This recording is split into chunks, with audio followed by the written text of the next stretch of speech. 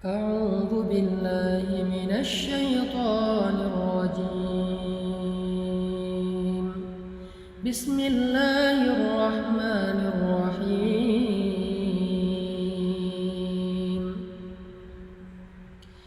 إن الإنسان خلق هلوعا إذا مسه الشر جزوعا وإذا مسه الخير منوعا إلا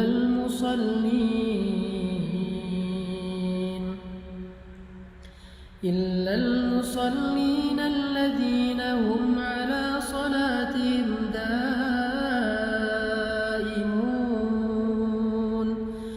والذين في أموالهم حق معلوم للسائل والمحروم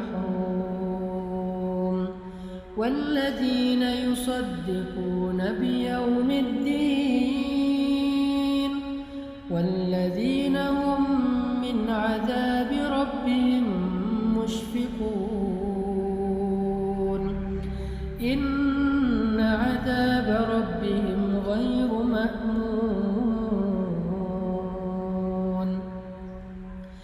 والذين هم لفروجهم حافظون إلا على أزواجهم أو ما ملكت أيمانهم فإنهم غير ملومين فمن ابتغى وراء ذلك فأولئك هم العادون والذين هم لأماناتهم وعهدهم راعون والذين هم بشهاداتهم قائمون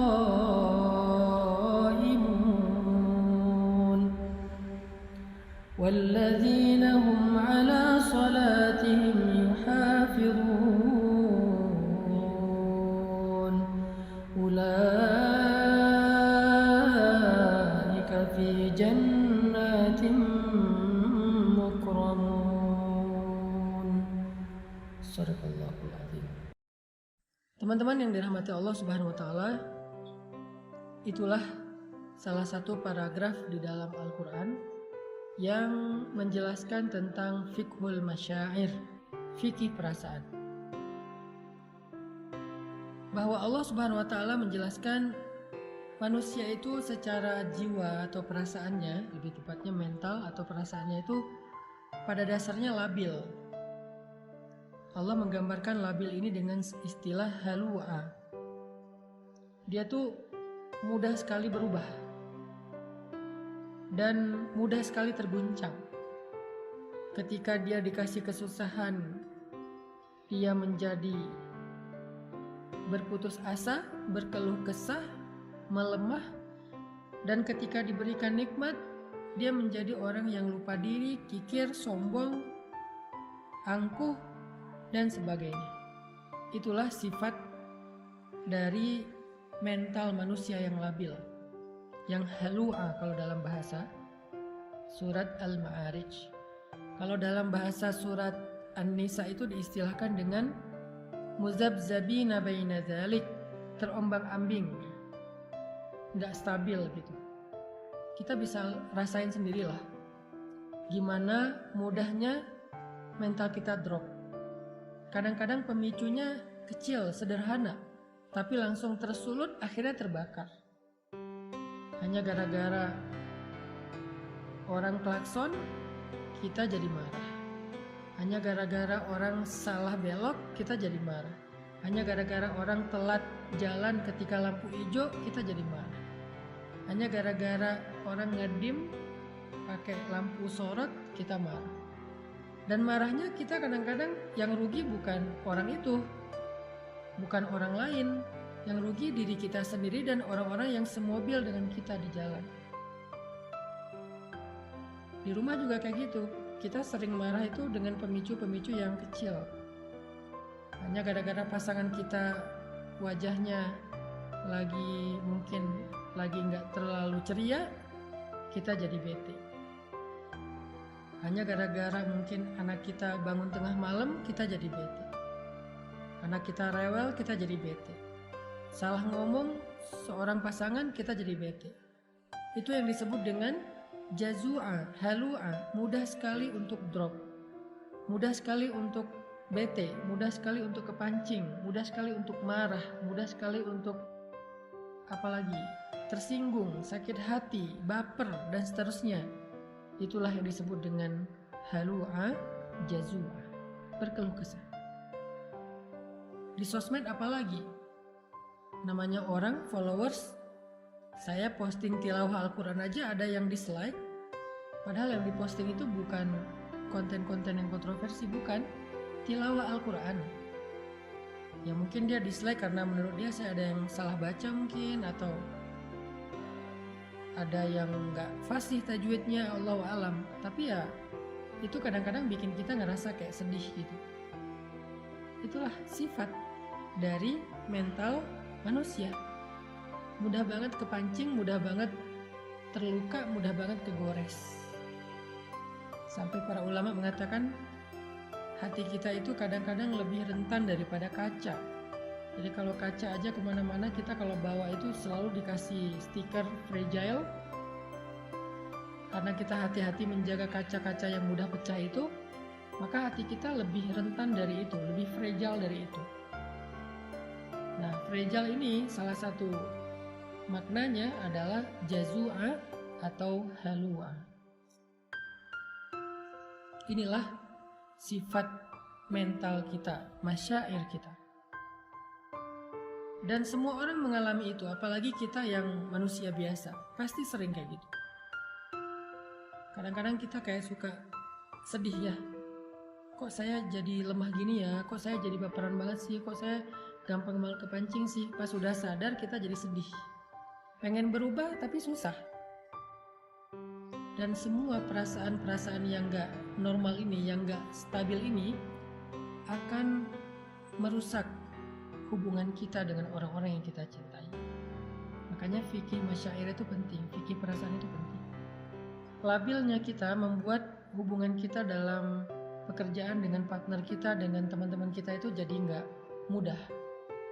Jadi kondisi halua dan jazua mental kita itu sebetulnya masalah yang membuat hidup kita gak nyaman. Bersosial media gak nyaman, di grup gak nyaman, di rumah gak nyaman, di jalan gak nyaman, berteman gak nyaman, punya keluarga gak nyaman, dengan mertua gak nyaman, dengan orang tua sendiri gak nyaman, dengan siapapun gak nyaman, karena memang hati dan mental kita itu halua, jazua, kurang woles, kurang easy going. Innal insan khuliqa halua, idza massahu syarr jazua, wa idza massahu khair manua. Jadi poin pertama kita dari paragraf Al-Ma'arij itu adalah mental dan perasaan kita itu dasarnya labil. Hati kita itu labil. Kita tuh labil, pasangan kita labil, anak kita labil, orang tua kita labil. Semua manusia yang kita kenal itu labil. Semua kita itu halua, jazua, manua, semuanya sama. Jadi kita hidup di antara kelabilan-kelabilan perasaan dan hati manusia. Yang hari ini dia sayang sama kita, besok dia bisa bete dan benci sama kita. Yang hari ini dia ngebelain kita, besok dia bisa nyerang kita. Yang hari ini dia memuji kita, besok dia bisa mencela kita loh. Itulah manusia. Kadang-kadang orang yang mencela kita itu kita sampai nggak nyangka gitu. Orang yang kita anggap kayaknya baik-baik aja, kita nggak ada masalah pribadi dengan dia, malah kita ngerasa udah baik sama dia, kita udah ngerasa udah banyak bantu dia, tapi tiba-tiba di belakang dia yang nyerang kita, dia yang menjelek-jelekan kita, dia yang memfitnah kita. Itulah manusia. Jadi jangan heran kalau kita ngalamin itu ketika kita bergaul. Kalau kita masih heran pas ngalamin itu, berarti kita kayak naif, kita Kita pikir kita hidup di antara malaikat? Enggak, kita hidup di antara manusia. Dan kita bagian salah satu di antara itu. Kita juga pernah banget lah ngecewain orang. Nggak tepat janji pernah, bahkan ingkar janji pernah. Kalau nggak tepat janji meleset, kalau ingkar janji ya sengaja aja nggak mau menunaikan janji. Marah-marah pernah, mencela pernah, apalagi menghina pernah. Banyak kok kekecewaan yang pernah kita lakuin kepada orang lain. Jadi jangan heran kalau dalam kehidupan yang labil ini kita melihat seseorang berubah dengan cepat. Itu jangan heran. Toh kita juga kayak gitu. Makanya karena Allah tahu kita diciptakan dalam kondisi mental, perasaan dan hatinya itu labil, gampang terbolak-balik. Dari yang benci jadi cinta atau dari cinta jadi benci itu terjadi di mana-mana.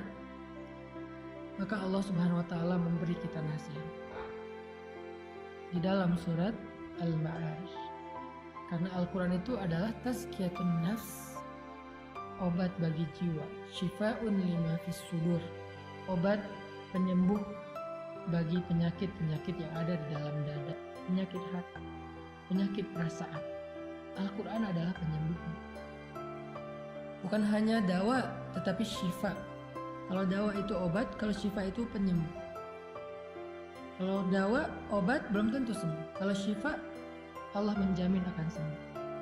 Kalau kita benar-benar memahami dan mengamalkan Al-Quran. Gimana cara memahami dan mengamalkan Al-Quran sementara membaca aja nggak ngerti?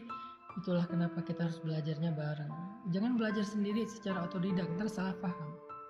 Kalau dengerin booster, dengerin ceramah yang sifatnya adalah penyemangat, kayak kendaraan tuh dikasih bahan bakar.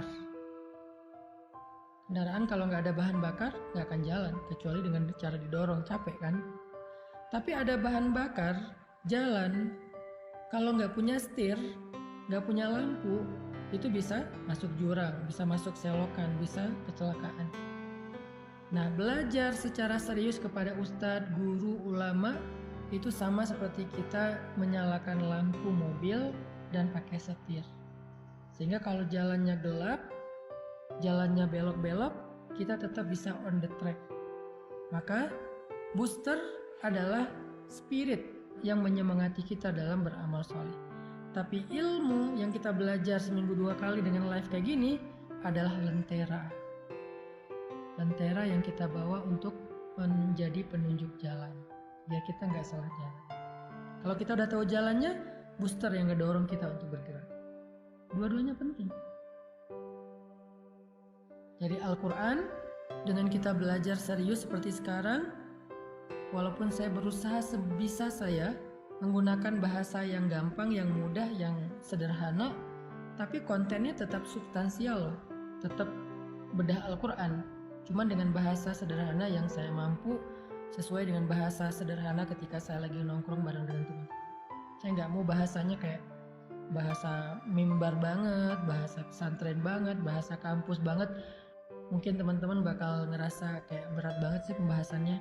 Tapi kalau gini kan kita kayak lagi ngobrol di tongkrongan kita.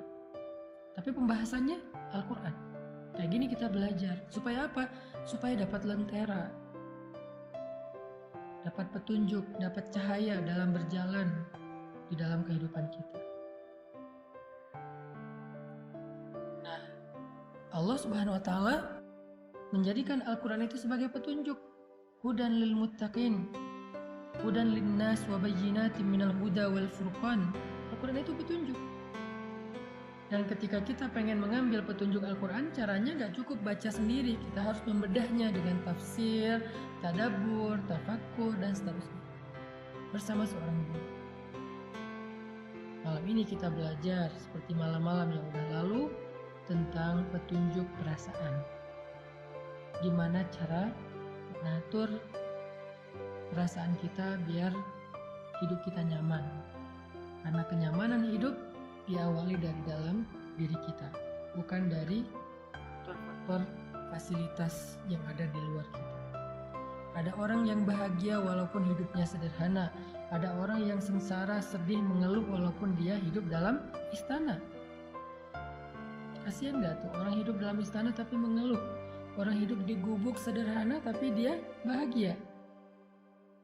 Karena orang lupa kebahagiaan itu sumbernya ada di sini, bukan di rumahnya seperti apa, mobilnya kayak gimana. Buat saya, ternyata bahagia itu sumbernya bukan di dalam fasilitas hidup, tetapi di dalam hati kita. Selama hati kita bisa dibahagiakan, maka kita akan merasa cukup dengan apapun. Jadi, kalau pengen bahagia teman-teman, yang pertama harus kita rawat itu adalah hati dan perasaan kita, bukan tubuh kita. Tubuh kita perlu dirawat, iya banget, tapi itu bukan yang paling utama. Itu perlu, tapi ada yang lebih perlu. Kalau pengen hidup bahagia itu, belajarlah merawat hati dan perasaan kita, jiwa dan mental kita. Dan gimana cara ngerawat hati dan perasaan, jiwa dan mental kita? Bukan dengan skincare, bukan dengan kendaraan baru, bukan dengan aksesoris, bukan dengan fasilitas hidup. Jiwa dan perasaan kita itu dirawat dengan iman, memperbaharui ini. Bukan dengan jalan-jalan, Ustaz. Bisa, tetapi enggak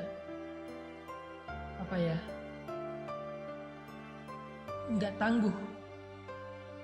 Bukankah kita kadang-kadang bete gara-gara jalan-jalan, macet, apalagi yang tinggal di kota-kota besar, baru keluar rumah udah macet, udah capek-capek macet-macetan, sampai di sana cuman sebentar udah tutup, dan banyak lagi masalah-masalah teknis terjadi. Jadi yang harus di happyin itu bukan zahirnya dulu, tapi batinnya. Dan sumber kebahagiaan batin itu kalau kita pengen belajar, apalagi setelah hidup kita rumit seperti sekarang setelah kita dewasa. Kalau anak kecil mungkin lebih gampang happy lah ya, hidupnya gak rumit. Tapi setelah kita dewasa, hidup kita udah rumit, kita butuh solusi ekstra. Kalau anak kecil sekedar bisa main aja udah happy dia. Kalau kita kan gak. Maka kita butuh Al-Quran, kita butuh ilmu, kita butuh pembaharuan iman, kita butuh booster, kita butuh nasihat, kita butuh fikih perasaan. Itulah yang membuat kita bisa merasakan kenyamanan hati. Allah Subhanahu wa Ta'ala mengajarkan kepada kita di dalam surat Al-Ma'arij gimana caranya biar mental, jiwa dan hati kita tuh stabil. Nggak halu, ajazu, amanu, dan seterusnya, tapi dia stabil. Gimana caranya? Kata Allah, illal musallin, kecuali orang yang sholat. Pada dasarnya manusia itu labil, dikasih ujian labil, dikasih nikmat labil, dikasih ujian ngeluh, putus asa, dikasih nikmat lupa diri, sombong, dan seterusnya, kecuali illal musallin, orang yang sholat. Illal musallin, kecuali orang yang sholat. Sehingga bagi orang yang beriman, sholat itu adalah rahatul qalb, rahatun nafs. Sholat itu adalah rehatnya hati, rehatnya jiwa. Ketika jiwa dan hati kita merasa lelah dan capek, maka sholat adalah istirahatnya. Jika Nabi capek dengan omongan orang-orang yang membenci beliau, capek dengan fitnah, capek dengan caci makian dari orang-orang kafir Quraisy saat beliau berdakwah, seharian beliau lelah, sampai di rumah beliau ketiduran karena capek, maka Allah membangunkan Nabi. Nabi tidur untuk istirahat fisik, istirahat badan. Beliau tidur. Nah, kalau badan kita udah capek, kita tidur. Itu istirahat badan, istirahat zahir, fisik. Tapi Nabi belum istirahat batin. Karena walaupun tidur, hatinya masih sedih. Walaupun tidur, hatinya masih kecewa, masih marah. Makanya dalam keadaan tidur itu Allah membangunkan Nabi. Ya ayyuhal muzammil. Wahai orang yang sedang tidur dan berselimut, yang hatinya masih gelisah, yang hatinya masih lelah, yang hatinya masih sedih dan kecewa, yang hatinya masih marah. Ya ayyuhal muzammil, qumil laila illa qalila. Bangun dan sholatlah di malam walaupun cuma sebentar. Kenapa? Karena tidur itu istirahat fisik, tapi sholat itu istirahat jiwa, istirahat batin.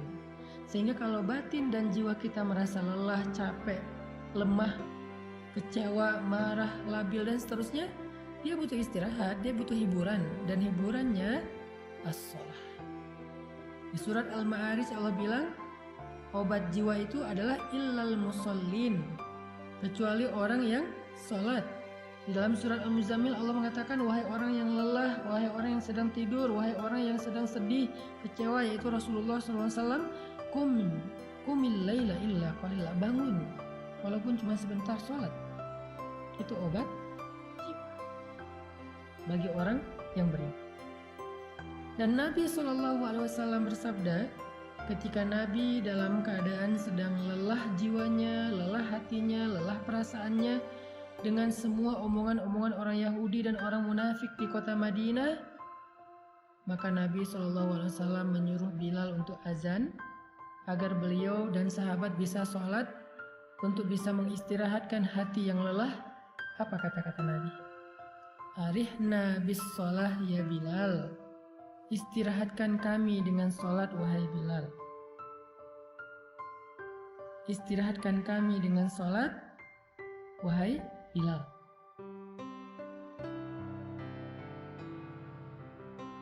Nabi nggak mengatakan wahai Bilal azan, enggak. Nabi bilang istirahatkan kami dengan sholat wahai Bilal. Maksudnya apa? Jiwa kami capek, hati kami lelah, perasaan kami terganggu, mental kami sedang lemah. Maka istirahatkanlah jiwa, mental, perasaan dan hati kami wahai Bilal dengan sholat azan maksudnya. Dan Bilal faham, sehingga akhirnya Bilal wudhu langsung Allahu Akbar, Allahu Akbar, azan. Hayya 'alas shalah.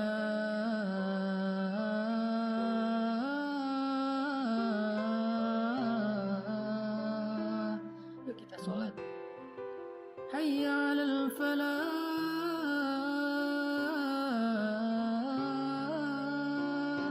Yuk kita memperoleh kemenangan, kebahagiaan, keberuntungan. Jadi bagi orang yang beriman, sholat itu adalah istirahat. Pertanyaannya, gimana cara menjadikan sholat itu sebagai istirahat? Kok selama ini kita malah istirahat setelah sholat, bukan sholat untuk istirahat? Gimana caranya? Kata Allah, alladzina hum ala sholatihim daimun, orang yang sholatnya dawam.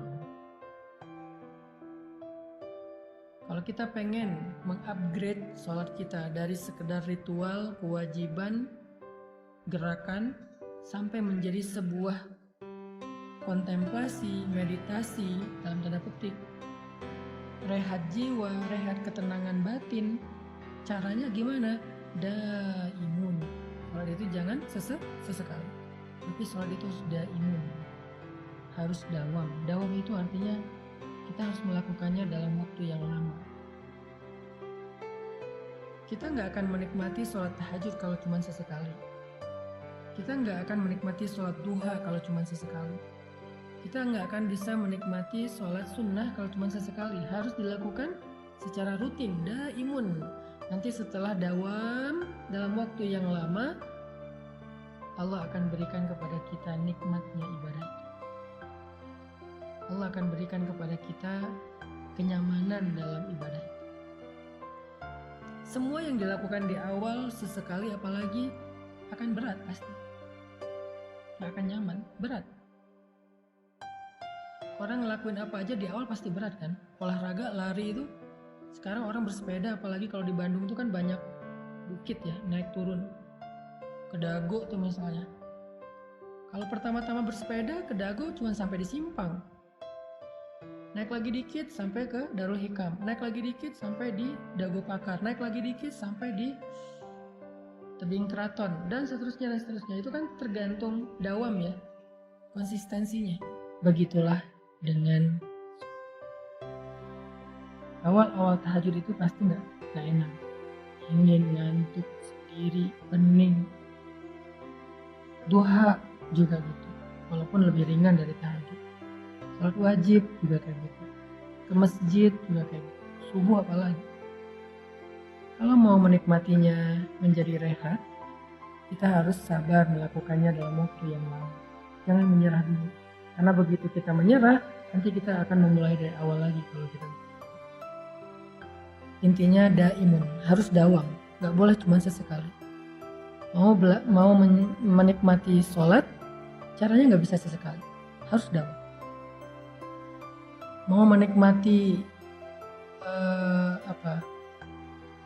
perjalanan, nggak bisa sesekali. Kita kalau jarang melakukan perjalanan tuh gampang mabuk, gampang capek, nggak betah lama-lama di kendaraan. Apapun kalau dilakukannya belum dawam, nggak akan dapat rasa nikmatnya. Harus dawam. Begitu juga dengan, maka Allah mengatakan alladzina hum ala sholatihim daimun. Orang yang sholatnya dawam, orang yang sholatnya terus menerus. Itulah teman-teman solusi dari surat Al-Ma'arij kalau kita pengen menjaga jiwa kita lebih stabil dan lebih bisa istirahat. Kalau sholat udah jadi rehat jiwa, maka begitu kita sedih, kita sholat, Allah akan hibur hati kita. Begitu kita marah, kita sholat, Allah akan tenangkan hati kita. Begitu kita kecewa, kita sholat, Allah akan kuatkan hati kita. Disitulah kita akan merasakan rahatun nafs di dalam sholat. Ternyata sholat itu adalah nikmat bagi jiwa.